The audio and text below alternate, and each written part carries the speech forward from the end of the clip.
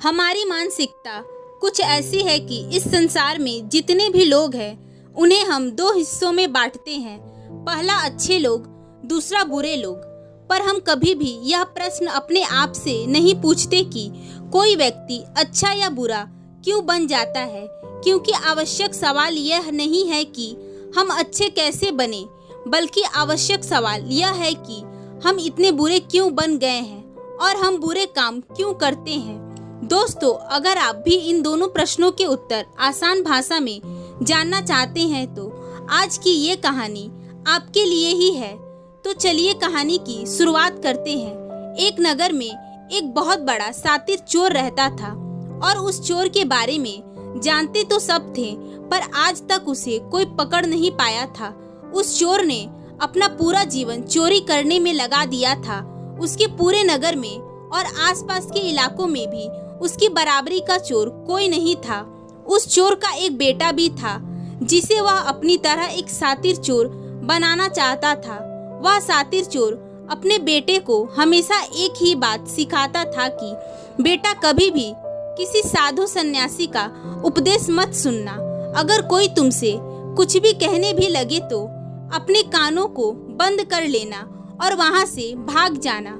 उस चोर का बेटा उसकी बात बचपन से ही सुनता आ रहा था, जिसके कारण उसके मन में यह बात बैठ गई थी, क्योंकि उस लड़के का पूरा ध्यान चोरी करने पर ही था। इसलिए वह भी अपने पिता की तरह ही एक शातिर चोर बन जाता है। दोस्तों, हमारा ध्यान जिस भी चीज पर ज्यादा होता है हम उस चीज में माहिर हो जाते हैं। एक दिन वह चोर सोचता है कि छोटी मोटी चोरियां तो बहुत कर ली, क्यों ना आज राजा के महल में डाका डाला जाए।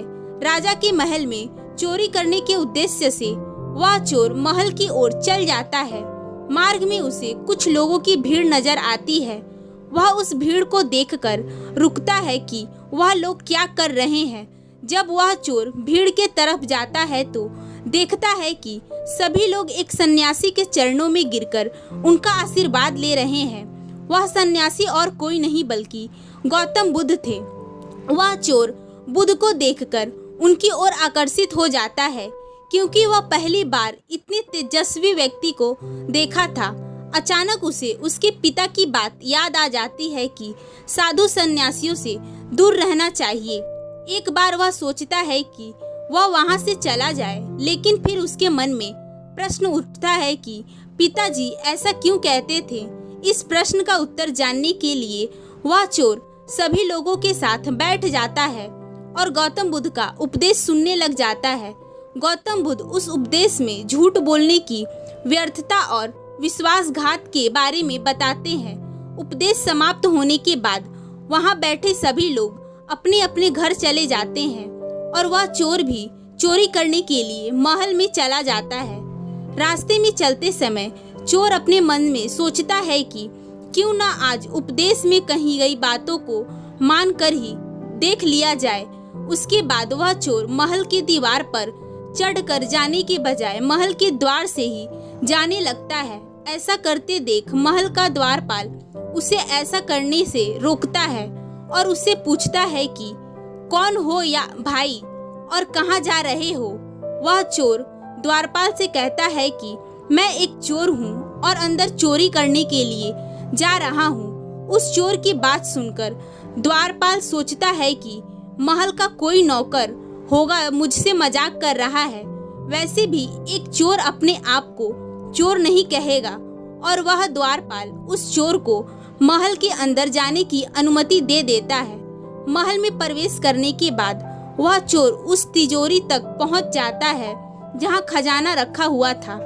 उस तिजोरी को तोड़कर वह चोर सारा धन अपनी पोटली में भर लेता है और जैसे ही धन लेकर वह चोर वहां से जाने लगता है तो उसे रसोई नजर आती है। महल के सभी लोग सो रहे थे, इसलिए रसोई में उस समय कोई नहीं था और उस चोर को बहुत जोर से भूख लगी थी। इसलिए वह चोर रसोई में जाता है और पेट भर के खाना खाता है। भोजन करके वह चोर वहां से जाने लगता है। तभी उसे बुद्ध की दूसरी बात याद आ जाती है कि हमने जिसका नमक खाया है उनसे विश्वासघात नहीं करना चाहिए। वह चोर मन ही मन सोचता है कि मैंने तो इस राजमहल वालों लोगों का नमक खाया है, तो अगर मैं इनके धन की चोरी करके ले जाऊंगा तो यह विश्वासघात ही होगा। इसलिए वह चोर उस धन को रसोई में छोड़कर जाने लगता है। ऐसा करते हुए उसे महल का एक व्यक्ति देख लेता है और वह शोर मचा देता है कि महल में चोर घुस गया है। राजा के सिपाही उस चोर को पकड़ लेते हैं और उसे राजा के पास ले जाते हैं। फिर राजा उस चोर से पूछते हैं कि तुमने जब धन चुरा ही लिया था तो उसे छोड़कर क्यों चले जा रहे थे? एक सन्यासी के उपदेश के कारण किसी के साथ विश्वासघात करना बुद्धिमानी नहीं, मूर्खता है। जिसके भोजन को खाकर हमें जीवन मिला है, उसके साथ हमें कभी भी विश्वासघात नहीं करनी चाहिए। उस व्यक्ति की बात सुनकर राजा प्रभावित हो जाता है और कहता है, यदि ऐसे उपदेश तुम बचपन से ही सुनते आते तो तुम कभी चोर बनते ही नहीं। जाओ, मैं तुम्हें छोड़ता हूँ, लेकिन एक बात याद रखना, सही संगत और सही उपदेश ही व्यक्ति का जीवन बदल देता है। दोस्तों, इस कहानी का उद्देश्य आपको सिर्फ यह सिखाना नहीं है कि आप किसी के साथ विश्वासघात ना करें या झूठ ना बोलें, बल्कि यह कहानी हमें यह सिखाना चाहती है कि आप बुरे तब तक ही हैं जब तक आप सही उपदेश सुनना और सही संगत शुरू करना नहीं कर देते।